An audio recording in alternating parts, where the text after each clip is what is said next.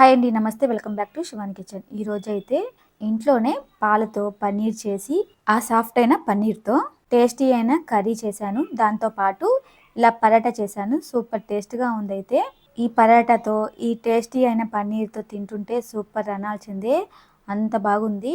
ఈ సాఫ్ట్ అయిన పన్నీర్ కర్రీ ఎలా తయారు చేసుకోవాలో, అలాగే పరాటాని ఎలా తయారు చేసుకోవాలో చూపించబోతున్నాను. 1 by 1 చూసేయండి. ఏ బ్రాండ్ పాలైనా 2 ప్యాకెట్లు తీసుకోండి. అది ఫుల్ క్రీమ్ పాలను తీసుకోండి. ఇప్పుడు ఒక గిన్నెలోకి వేసేసుకొని ఇప్పుడు స్టవ్ ఆన్ చేసేసుకొని పాలని కాగనివ్వండి. ఈలోగా ఒక నిమ్మకాయని ఇలా నిమ్మరసం తీసి పక్కన ఉంచుకోండి. పాలు కాగేలోగా పరాటాలని ప్రిపేర్ చేసుకుందాం. అందుకోసం ఒక గిన్నెలోకి 1 కప్పు వరకు గోధుమ పిండి, 1 కప్పు వరకు మైదా పిండి తీసుకోండి. తర్వాత రుచికి సరిపడ ఉప్పుని, అలాగే 1 టేబుల్ స్పూన్ దాకా నెయ్యి వేసుకొని నెయ్యిని బాగా పిండిలోకి కలిసేలాగా బాగా చక్కగా కలుపుకోండి. ఈలోగా పాలు కూడా కాగుతూ ఉన్నాయి. ఇలా కొంచెం కొంచెంగా వాటర్ పోసుకుంటూ మనం చపాతీ పిండి కలుపుకుంటాం కదా, ఆ విధంగా కలుపుకోండి. పరాటాలు పొరలు పొరలుగా రావాలంటే అచ్చం గోధుమ పిండితో వేసినా రావు, అలాగని మైదా పిండి వేస్తే మనకి హెల్త్కి అంత మంచిది కాదు. అందుకని 1 కప్పు గోధుమ పిండి, 1 కప్పు వరకు మైదా వేసుకొని కలుపుకొని చేసుకుంటే చక్కగా వస్తాయి. ఈ పిండిని ఈ విధంగా సెమీ సాఫ్ట్ గా కలుపుకోండి. పిండిని పక్కన ఉంచండి. తర్వాత స్టవ్ పైన పాలు కూడా మరిగిపోయాయి. ఇప్పుడు మంటను తగ్గించేసుకొని నిమ్మరసం కొంచెం వేసుకొని కలుపుకోండి. తర్వాత పాలు విరిగేలేదో చెక్ చేసుకొని మరలా కొంచెం నిమ్మరసం వేసుకొని మంటని మీడియం టు లో ఫ్లేమ్లో అడ్జస్ట్ చేసుకుంటూ పాలు విరిగేంత వరకు కలుపుకోండి. ఒకవేళ పాలు అనేది విరగకపోతే కాసంత పెరుగు కూడా వేసుకొని పాలు విరిగేంత వరకు స్టవ్ పైన స్లిమ్లోనే ఉంచి విరిగేంత వరకు కలుపుకోండి. చూడండి, కొంచెం కొంచెం పాలు అనేది విరగడం స్టార్ట్ అయింది. ఇప్పుడు స్టవ్ ఆఫ్ చేయవాకండి. పాలు అనేది పూర్తిగా విరిగేంత వరకు స్టవ్ ఆఫ్ చేయకుండా సిమ్లోనే ఉంచి పాలని కాగనివ్వండి. చూడండి, ఒక 5 నిమిషాల తర్వాత పాలు అనేది ఇరిగిపోయి పన్నీర్ అనేది సపరేట్ అయిపోయింది, వాటర్ అనేది సపరేట్ అయిపోయింది.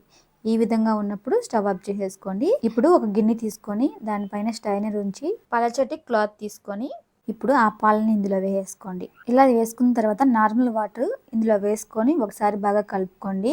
ఎందుకంటే నిమ్మరసం వేసి పాలు అనేది విరిగించాం కాబట్టి అందులో పులుపుదనం పోవాలంటే ఇలా నార్మల్ వాటర్తో ఒకసారి కడగాలి.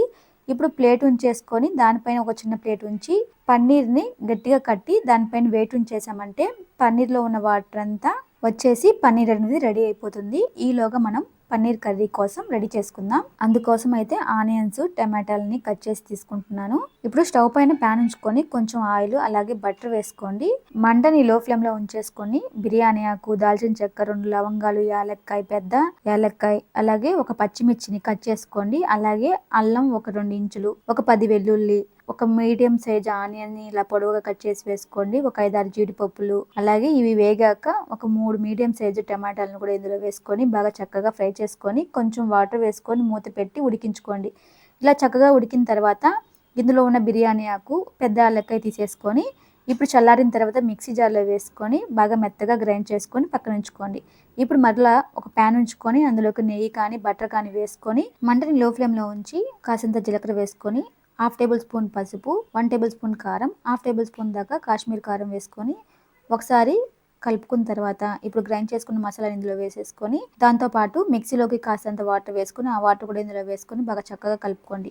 తర్వాత రుచి సరిపడా ఉప్పుని వేసుకొని 1/2 టేబుల్ స్పూన్ దాకా మిరియాల పొడి, 1/2 టేబుల్ స్పూన్ దాకా జీలకర్ర పొడి వేసుకొని ఇప్పుడు ఒకసారి బాగా కలుపుకొని మూత పెట్టి మంటని లో ఫ్లేమ్లో ఉంచి ఒక 5 నుంచి 6 నిమిషాల పాటు ఉడికించుకోవాలి. ఆయిల్ సపరేట్ అయ్యేంత వరకు ఉడికించుకోవాలి. మధ్య మధ్యలో కర్రీని కలుపుకుంటూ ఉండాలి. ఈలోగా పరాటాలని ప్రిపేర్ చేసుకుందాం. ఇప్పుడు పిండిని కొంచెం తీసుకొని రౌండ్గా చేసుకున్న తర్వాత కొంచెం పొడి పిండి చల్లుకొని ఇప్పుడు కౌంటర్ టాప్ పైన కానీ లేకపోతే చపాతీ చేసే చెక్క పైన ఈ విధంగా చపాతీలాగా ఒత్తుకోవాలి. చూడండి, ఈ విధంగా పలచగా చేసుకోవాలి.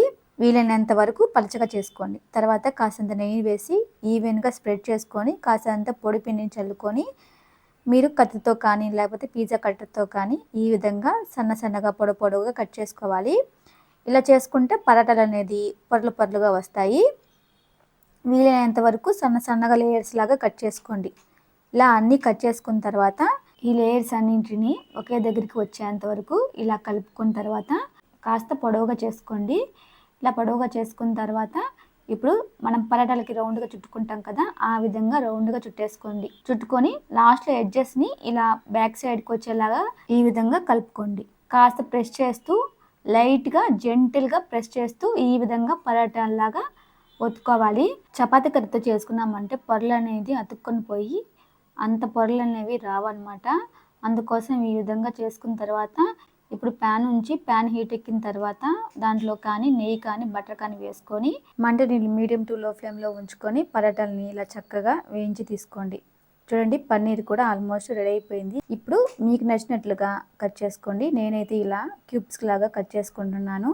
ఇలా చిన్న చిన్న ముక్కలుగా కట్ చేసుకున్న తర్వాత ఆల్మోస్ట్ కర్రీ కూడా రెడీ అయిపోయింది. చూడండి ఆయిల్ కూడా సపరేట్ అయిపోయింది.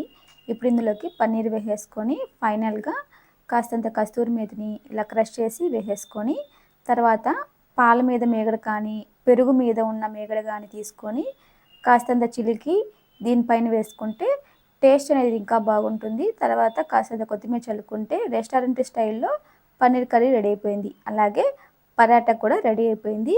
ఈ పరాటాలతో ఈ పన్నీర్ కర్రీ తిని చూడండి, అస్సలకి రుచి అనేది జన్మలో మర్చిపోలేరు. ఎప్పుడైనా ఈ విధంగా చేసుకొని తింటారు, అంత టేస్ట్గా ఉంటుంది. ఒకసారి ఈ విధంగా ఖచ్చితంగా ట్రై చేసి చూడండి, మీకు నచ్చుతుంది. సాఫ్ట్ అయిన పన్నీర్తో, అది కూడా మన ఇంట్లో చేసుకున్న పన్నీర్తో ఒకసారి కర్రీ చేసి చూడండి, ఎంత చక్కగా వస్తుందో. పన్నీర్ కూడా చాలా సాఫ్ట్గా వెన్నలా కరిగిపోతుంది. ఈ టేస్టీ అయిన పన్నీర్ కర్రీ రెసిపీ మీకు నచ్చితే లైక్ చేసి మరెన్నో టేస్టీ ఈజీ రెసిపీస్కి మా ఛానల్ సబ్స్క్రైబ్ చేసుకోండి. నెక్స్ట్ వీడియోలో కలుసుకుందాం. అంతవరకు థ్యాంక్స్ ఫర్ వాచింగ్.